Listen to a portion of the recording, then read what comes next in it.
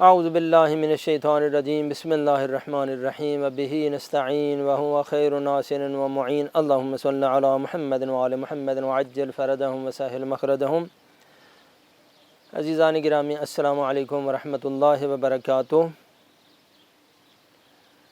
ہدایت T V کے تمام ناظرین کو آج 17 رمضان المبارک کی مناسبت سے ہدیہ تبریک پیش کرتا ہوں۔ اللہ تعالیٰ سے دعا ہے کہ ہمیں آج کے دن جو اسلام کی نصرت اور فتح کا دن ہے اور جنگ بدر کی آج فتح کا دن ہے، تو اس حوالے سے تمام مسلمانان عالم کو اور محضر مبارک حضرت امام زمان علیہ السلام میں اور اپنی مخدومہ حضرت بی بی فاطمہ معصومہ علیہ السلام کی خدمت میں ہدیہ تبریک پیش کرتا ہوں، اور اللہ تعالیٰ سے دعا ہے کہ جس طرح سے آج کا دن امیر المومنین کی خوشی کا دن ہے، آج کا دن پیغمبر اکرم کی خوشی کا دن ہے، ملائکہ آسمان کی خوشی کا دن ہے، ہمارے لیے بھی یہ دن سعادت کا دن قرار دے، اور اس دن کی برکت سے ہماری تمام عبادات توسلات کو اپنی بارگاہ میں قبول و منظور فرمائے۔ ماہ مبارک رمضان عظیم برکتوں اور عظیم رحمتوں کا مہینہ ہے۔ میں نے پچھلے ایک پروگرام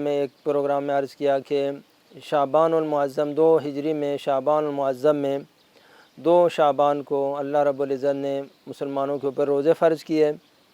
اور اس کے بعد پیغمبر اکرم نے جو رمضان آنے سے پہلے ایک جمعہ پہلے خطبہ دیا، اور جس میں فضائل رمضان اور مسائل رمضان بیان فرمائے، اور اس کے بعد جو ہے یہ اسی سال کے 17 رمضان المبارک کو پیغمبر گرامی اسلام تقریباً 8 رمضان کو پیغمبر گرامی اسلام وہاں مکے سے مدینہ سے نکلے جنگ بدر کے لیے، اور 8 دن کا سفر کر کے آپ بدر میں پہنچے، اور بدر میں پھر آپ کا 16 کو آپ پہنچے، اور 17 کے دن جو لڑائی ہوئی، اور اس میں اللہ تعالیٰ کے فضل و کرم سے مسلمانوں کو فتح ہوئی۔ بہت عظیم فتح کا دن ہے، لہذا مستحب ہے کہ اسلام کی فتح کے لیے اور پیغمبر اکرم کی سلامتی کے لیے، امیر المومنین کی سلامتی کے لیے، اور مجاہدین اسلام کی سلامتی کے لیے، اور کفار کی ہلاکت کی خوشی میں آج کے دن صدقہ دینا مستحب ہے، اور آج کے دن اللہ تعالیٰ کے شکرانے کے لیے غسل کرنا بھی مستحب ہے۔ 17 رمضان کی رات میں غسل کرنا بھی مستحب ہے، اور مخصوصاً امیر المومنین کی فتح کے لیے اور پیغمبر اکرم کی فتح و نصرت کے لیے آج کے دن صدقہ دینا مستحب ہے۔ بڑی تاکید ہے، میں صدقے فضائل بیان کروں گا۔ تو چونکہ پہلی مرتبہ جو مال غنیمت مسلمانوں کو نصیب ہوا اور مال غنیمت سے خمس نکالنے کا مسئلہ پیش آیا، تو خمس کے حوالے سے میں یہاں پر کچھ مسائل آپ کی خدمت میں بیان کروں گا کہ جنگ بدر میں جب مال غنیمت نصیب ہوا تو پیغمبر اکرم نے وہاں سے مال غنیمت سے خمس نکالا، اور اس کے بعد اپنے مال کو جو ہے وہ باقی مال کو مجاہدین اسلام میں تقسیم کیا۔ بارش بھی ہو رہی ہے، اور ہم حضرت معصومہ کے جوار میں حضرت کے چھت کے اوپر جا یہ پروگرام کر رہے ہیں۔ یہ خصوصی عنایت ہوئی حضرت معصومہ کی کہ ہمیں یہ شرف نصیب ہوا کہ حضرت کے چھت کے اوپر آئیں اور حضرت کے گنبد کے نزدیک بحمد اللہ تعالیٰ یہ پروگرام جب وہ منعقد ہو۔ تو خمس کے حوالے سے میں آپ کی خدمت میں بیان کروں کہ ہمارے مذہب میں اہل سنت فقط خمس ایک چیز میں مانتے ہیں، باقی چیزوں میں ساری جو کائنات کی ہر چیز ہے اس میں زکوٰۃ مانتے ہیں، لیکن ہمارے مذہب میں جو ہے وہ خمس دینا 7 چیزوں کے اوپر واجب ہے، باقی چیزوں کے اوپر کوئی چیز کسی قسم کا کوئی چیز مالیات اسلامی نہیں ہے۔ سب سے پہلے جو انسان اپنی کمائی اور محنت مزدوری سے جو مال حاصل کرتا ہے اس میں خمس دینا واجب ہے۔ دوسرے نمبر پر جو معادن، جو انسان یہ معدنیات نکلتی ہیں، سونا نکلتا ہے، چاندی نکلتی ہے، زمین سے جو نمک نکلتا ہے، اس قسم کے جو معادن نکلتے ہیں ان پہ خمس دینا واجب ہوتا ہے۔ تیسرے نمبر پر اگر کسی کو کوئی خزانہ مل جائے زمین سے تو اس سے خمس دینا واجب ہوتا ہے۔ چوتھے نمبر پر اگر آپ کا حلال مال حرام مال سے مخلوط ہو جائے تو اس صورت میں خمس دینا واجب ہوتا ہے۔ اور 5ویں نمبر پر اگر کوئی شخص سمندر میں غواصی کرتا ہے اور غواصی کر کے وہ جو جواہرات وغیرہ اس کو ملتے ہیں تو ان میں خمس دینا واجب ہوتا ہے۔ 6 نمبر پر جو مال غنیمت ہے، جیسے جنگ بدر میں مال غنیمت ہوا تو اس کا 5واں حصہ خمس کے طور پر دینا واجب ہوتا ہے۔ اور 7ویں نمبر پر اگر کوئی کافر ذمی یہودی اور عیسائی اگر مسلمان سے زمین خریدے تو تو اس پر بھی خمس دینا واجب ہوتا ہے۔ تو یہ موارد ہیں خمس دینے کے، جس کے بارے میں نے آپ کی خدمت میں عرض کیا کہ ہمارے مذہب میں 7 چیزوں کے اوپر خمس دینا واجب ہے، باقی چیزوں کے اوپر خمس واجب نہیں ہے۔ لیکن اہل سنت صرف خمس مال غنیمت پر مانتے ہیں، جو جنگ سے غنیمت حاصل ہوتی ہے اس میں خمس مانتے ہیں، باقی چیزوں میں وہ خمس دینا شرعی طور پر وہ واجب نہیں مانتے ہیں۔ باقی پوری جو چیزیں ہیں ان میں وہ زکوٰۃ دینا واجب مانتے ہیں۔ تو یہ ایک چھوٹا سا فرق ہے ہمارے مذہب میں اور اہل سنت میں۔ ہمارے ہاں زکوٰۃ جو ہے وہ صرف 9 چیزوں پر ہے، اور جب باقی جو دنیا کی جو چیزیں ان کے اوپر خمس ہے۔ زکوٰۃ ہمارے مذہب میں صرف 9 چیزوں کے اوپر ہے۔ تو یہ ایک بہت بڑا فرق ہے اہل سنت تسنن اور ہمارے درمیان۔ تو میں نے عرض کیا کہ آج کے دن جو پیغمبر اکرم کی فتح و نصرت اور کامیابی کے لیے مستحب ہے کہ مومنین صدقہ دیں، تو صدقے کے حوالے سے میں نے پچھلے 1-2 پروگراموں میں بھی کچھ روایات بیان کی تھیں، اور آج بھی ان روایات کو میں آپ کی خدمت میں بیان کرتا ہوں کہ پھر میں دوبارہ توضیح دے دوں۔ جن لوگوں نے پہلے شاید ہماری بات نہیں سنی ہوگی تو وہ لوگ بھی سن لیں کہ عربی زبان میں ہر وہ چیز صدقہ بولی جاتی ہے جو آپ اللہ کی رضا کے لیے مالی امداد جو مسلمانوں کی کرتے ہیں، ہر قسم کی خیرات، ہر قسم کے مبرات، ہر قسم کے نیک کام جو مومن کے ساتھ آپ کرتے ہیں، چاہے وہ مومن کو کھانا کھلاتے ہیں، چاہے مومن کو افطار دیتے ہیں، چاہے آپ مومن کو حج پر بھیجتے ہیں، چاہے مومن کی جہیز میں کوئی مدد کرتے ہیں، بیٹے کی شادی میں مدد کرتے ہیں، یا یہ جو پروگراموں میں ہم ایک دوسرے کے ساتھ معاونت کرتے ہیں، یہ سارے کے ساری چیزیں اللہ تعالی ہمارے خیرات میں لکھتا ہے اور مبرات میں لکھتا ہے، اور وہ جو صدقات دینے کا جو ثواب ہوتا ہے وہ ہمارے نامہ عمل میں لکھا جاتا ہے۔ اب 1-2 روایات میں آپ کی خدمت میں بیان کروں کہ جن کی بنا پر جو ہے وہ اس کی صدقے کی عظمت آپ کو پتہ چلے گی کہ کس قدر عظیم چیز ہے یہ صدقہ دینا، اور کتنا اللہ تعالیٰ کو یہ پسند ہے۔ فرمایا کہ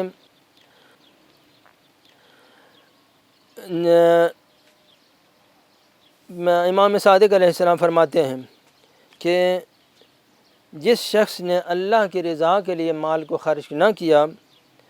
تو شیطان اس کو مجبور کرے گا کہ، اور جو مومن کی حاجت کے لیے کوشش نہ کرے تو شیطان اس کو مجبور کرے گا کہ وہی مال شیطان کی راہ میں خرچ کرے، اور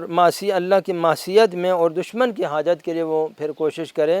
جو المومن کی حاجت کے لیے کوشش نہ کرے۔ اور ایک اور حدیث میں جو ہے وہ پیغمبر اکرم نے فرمایا کہ کل معروف فہو صدقہ، ہر نیک کام جو آپ کرتے ہیں وہ آپ کے نامہ عمل میں بے عنوان صدقہ جو مالی امداد ہوتی ہے وہ صدقہ شمار ہوتی ہے۔ اور فرمایا کہ دینے والا ہاتھ لینے والے ہاتھ سے بہت بہتر ہے، دینے والا بہتر ہے لینے والے سے۔ اور ایک اور حدیث میں پیغمبر گرامی اسلام نے فرمایا کہ صدقہ دینے کو تاخیر نہ کرو۔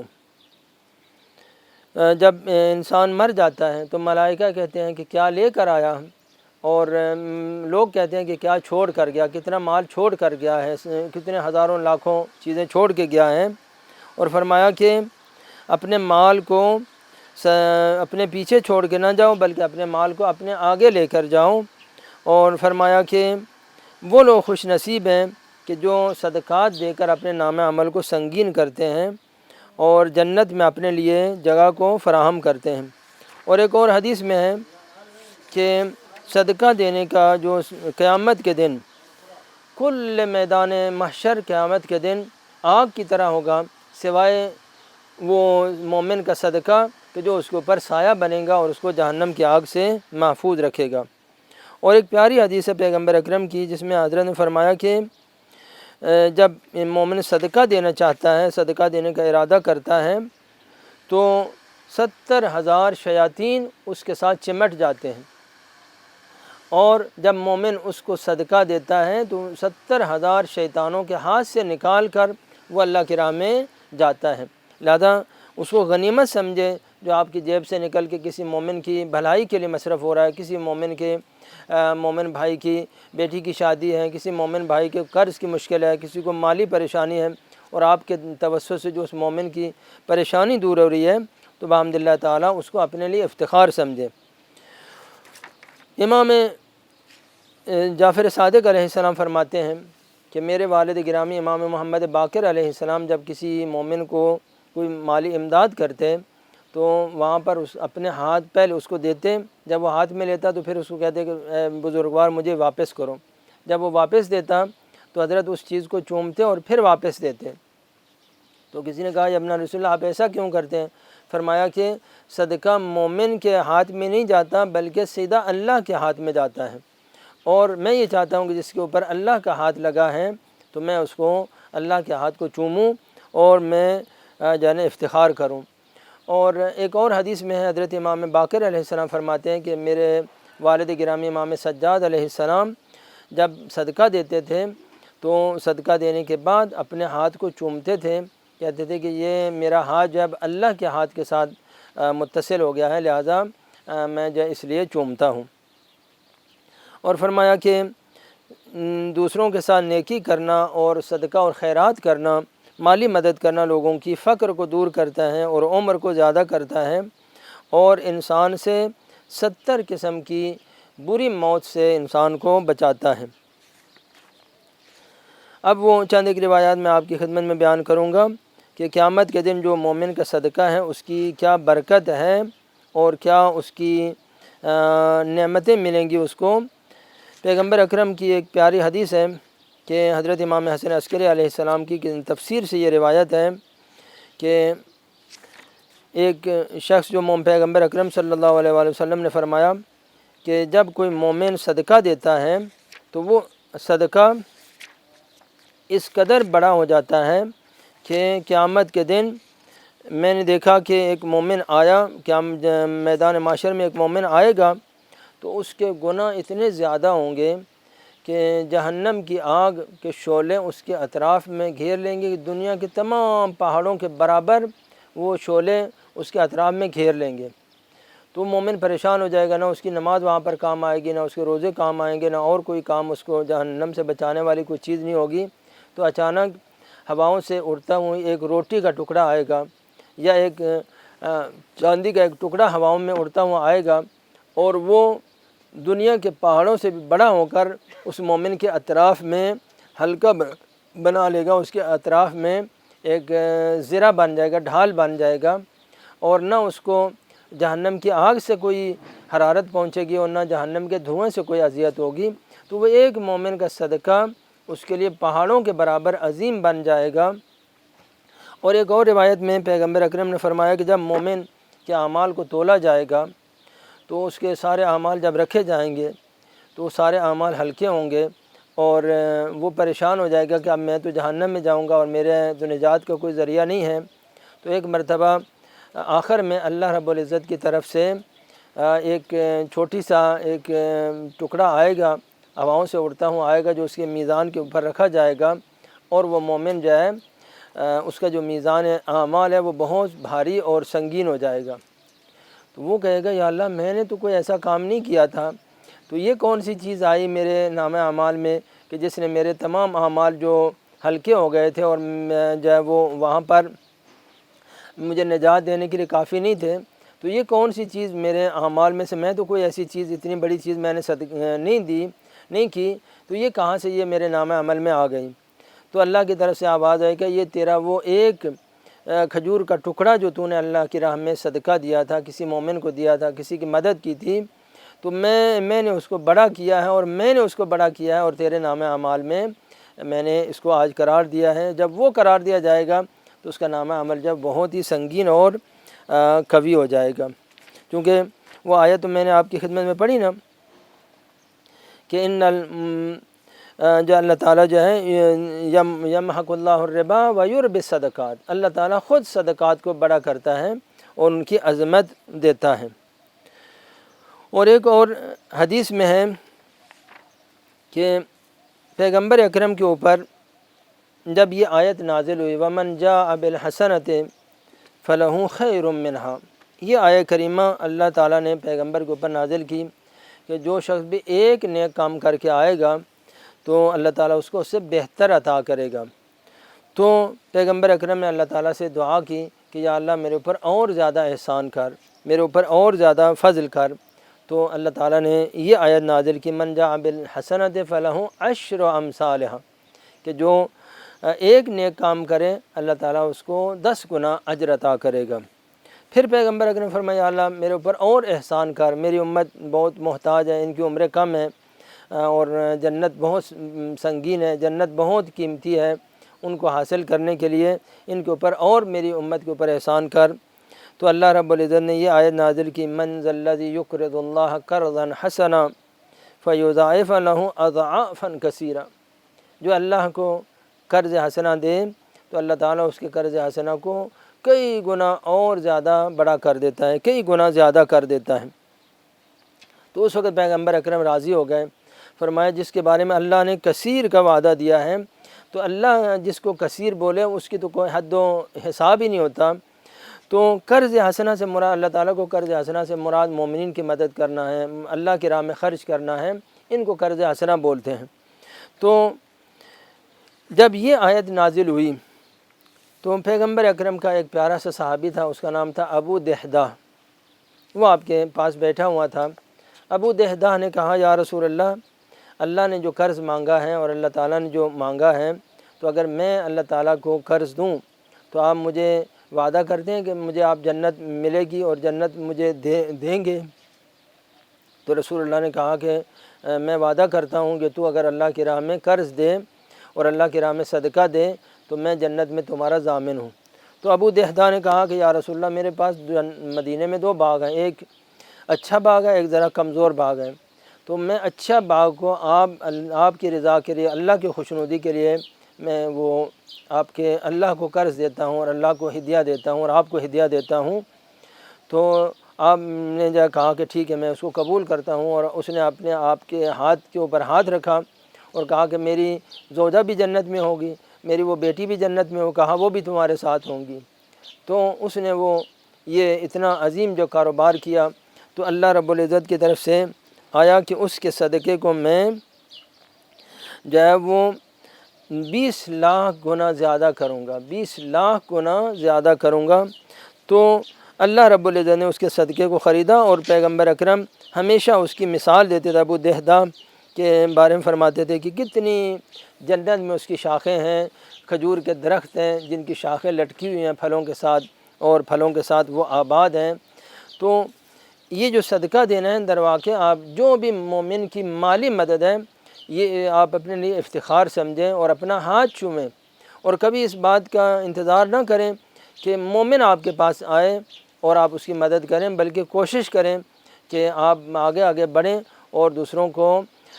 جب مانگنے سے پہلے ان کو دینا، یہ در واقع افتخار ہے۔ اگر مانگنے کے بعد دیں گے تو پھر وہ بہرحال وہ بھی آپ کے نامہ عمل میں لکھا جائے گا، لیکن اس کی اتنی عظمت نہیں ہوگی، اتنا ثواب نہیں ہوگا جتنا مانگنے سے پہلے کوئی شخص جو ہے وہ مومن کو دے۔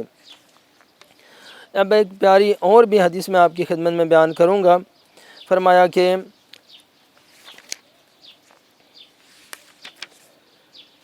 مجھے اللہ رب العزت کی قسم ہے، پیغمبر اکرم نے فرمایا کہ جب کسی انسان کو میدان محشر میں لایا جائے گا تو اس کے لیے جو نجات دینے کا سبب ہے وہ جو اس مومن نے، ایک اور حدیث میں ہے کہ جب مومن ایک لقمہ روٹی کا یا ایک کھجور کا آدھا حصہ اللہ کی راہ میں کسی کو دیتا ہے تو اللہ تعالیٰ اس کو اتنا بڑا کر دیتا ہے کہ وہ احد پہاڑ کے برابر ہو جاتا ہے، اور اس کا جو اجر ہے وہ قیامت کے دن اللہ تعالیٰ اس کو عطا کرے گا۔ بات یہاں پر تمام ہوگی۔ حضرت امام حسن مجتبیٰ علیہ السلام کے صدقات و مبرات کی بات تھی، اور آج کی جو 17 رمضان المبارک کی دعا ہے اس کا ثواب بیان کر کے میں اپنی بات کو تمام کروں گا۔ پیغمبر اکرم صلی اللہ علیہ وآلہ وسلم نے فرمایا کہ جو شخص بھی 17 رمضان کی دن یہ چھوٹی سی دعا پڑھے گا، اللہ تعالیٰ اس کے تمام گناہوں کو معاف کر دے گا، اگرچہ وہ خاسرین میں سے ہو، پھر بھی اللہ تعالیٰ اس کو خسارے سے نجات عطا کرے گا اور اس کو خوش نصیب کرے گا قیامت کے دن۔ انشاءاللہ تعالیٰ اس دعا کے ساتھ اپنی بات کو تمام کرتا ہوں۔ والسلام علیکم ورحمۃ اللہ وبرکاتہ۔